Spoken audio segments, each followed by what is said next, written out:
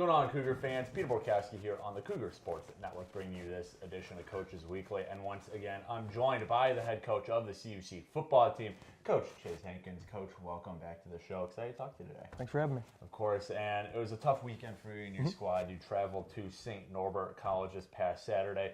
Fortunately, dropped that one 62-0. And I guess let's start with the offense, because this feels like the first time this season, even in that Aurora game, where the offense truly felt stifled. You guys had under 100 yards of total offense. And granted, St. Norbert is a very, very good defense, one of the best in the country. But just what exactly did you see on the offensive side of the ball Saturday that led to, you know, the lower stats than what we're used to seeing? Because, again, even in that Aurora game, you could still say the offense produced to a decent degree. But what happened in that St. Norbert game? Not even just their good defense. What happened on your part that you might want to see some improvements on? Yeah, I think a lot of it just came down to intensity. I think for the first time, kind of comparing the Aurora and the St. Norbert game to each other. You know, Aurora is Aurora because they're fast and they're athletic. St. Norbert is St. Norbert because they're strong and intense.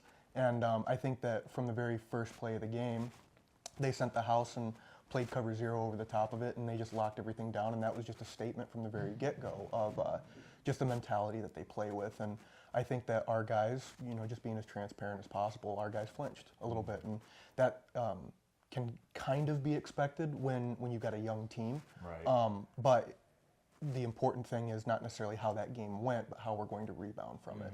And I think that we've got guys now that we didn't necessarily have the last couple of years that are going to get up off the mat and respond. Okay. And another thing about that game is, again, we can talk about the defense once more. We allowed 62 points, but I mean, did you see any of those improvements that you talked about? We talked about the last couple weeks, things that you want to see out of this defense that they can't fix right now. Again, they're a younger defense. There's still a journey to becoming a good defense. But what did you maybe see against that St. Norbert team? Again, points allowed notwithstanding that, maybe were signs of improvement from what we've seen these last couple weeks. Yeah, obviously not the type of performance that we want out of our defense, and really hard to find positives that come from that. But kind of a funny story at halftime, we sat them down and was just like, guys, how about we actually do the things that we're coached to do? What do you got to lose in the second half? And they responded from that and only gave up 2 scores in the second half. Now, we still need to make some pretty dramatic improvements pretty fast here. Right. But you're going to take all the positives that you can get. And that second half, they definitely played better. Unfortunately, the game was already decided by that point. But now we need them to come out and start that way. Well, kind of looking more far ahead before we talk about WLC tomorrow, but you only got about a month left in the season, just about 4 games on hand. What kind of has been your impression so far through conference play up to this point? You got 2 conference wins under your belt, and you got a month left, and you know the games coming up are definitely winnable games. So, just kind of what are your main impressions? You know, kind of at this halfway point of conference play, heading into the back half, heading into this final stretch of the season. What have you seen that has gone well, that hasn't gone well, and what do you want to see this team really step up and improve on heading into this final stretch, this final month of the year? Yeah, so I kind of look at the season in 3 chapters. That first chapter was kind of a feeling out process, kind of like any book where you're starting it out and the story needs to be like put out there so you can build on top of it. And that first chapter was more just trying to figure out what we had.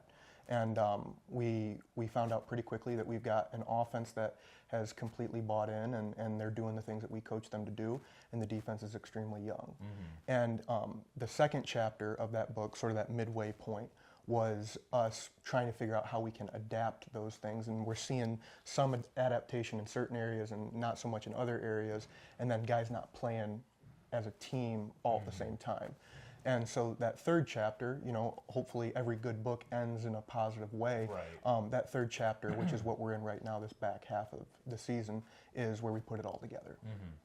And now focusing on tomorrow, Wisconsin Lutheran College coming to see you guys back on home turf. And obviously, other than, the major aspect of playing in front of a home crowd, can you just kind of talk about some of the other differences of playing at home versus on the road? I mean, you guys, I know it's been about equal, but it feels like you've been playing a little more road games than home games, just kind of the way it feels. Maybe it's the quality of opponents you're playing on the road, but coming home for WLC tomorrow, what are some of those other advantages that we might not see on the surface of being able to play on home turf at CUC? Yeah, I think that, without creating very much bulletin board material for other teams. Right. The away schedule has been filled with the more difficult opponents, with Greenville, Aurora, St. Norbert. Eureka still gave us a great shot just because there is that advantage of not having to get up a little bit earlier and travel. And there's definitely stats that would prove that we do play better at home, and I think a lot of that just has to do with our mentality going into it. We're not uncomfortable in a locker room that we're not used to, and our pregame rituals are pretty consistent, which players love consistency, especially leading up to a game. So there's definite advantages at home, and luckily we finish off with 2 home games out of our last 3, and even our only away game is a little bit of a shorter ride. So we got that going for us, which is good. Definitely. Yeah.